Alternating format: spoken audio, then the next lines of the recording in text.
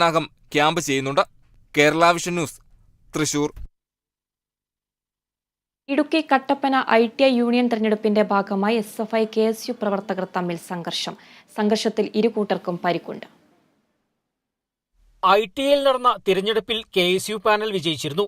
വിജയിച്ചവരെ കോൺഗ്രസ് പ്രവർത്തകരും യൂത്ത് കോൺഗ്രസ് പ്രവർത്തകരും ചേർന്ന് ഷാൾ അണിയിച്ച് സ്വീകരിക്കുന്നതിനിടയിൽ കല്ലും മറ്റും മാരകായുധങ്ങളുമായി CPIM DYFI പ്രവർത്തകർ ആക്രമിക്കുകയായിരുന്നുവെന്നാണ് KSU പ്രവർത്തകർ പറയുന്നത്.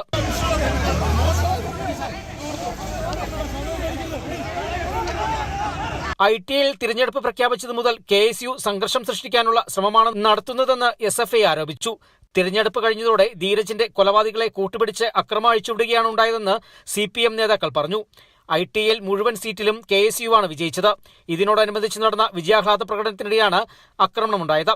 KSU പ്രവർത്തകരായ 6 പേർക്കും SFI പ്രവർത്തകരായ 3 പേർക്കും സംഘർഷത്തിൽ പരിക്കേറ്റിട്ടുണ്ട്. കൂടാതെ CPM കോൺഗ്രസ് പ്രവർത്തകർക്കും പരിക്കേറ്റു.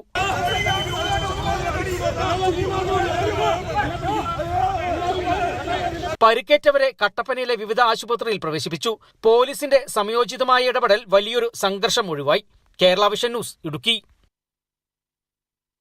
കേരളത്തിൽ കോവിഡ് കേസുകൾ കുത്തനെ ഉയർന്നതോടെ പരിശോധന ശക്തമാക്കി കർണാടക.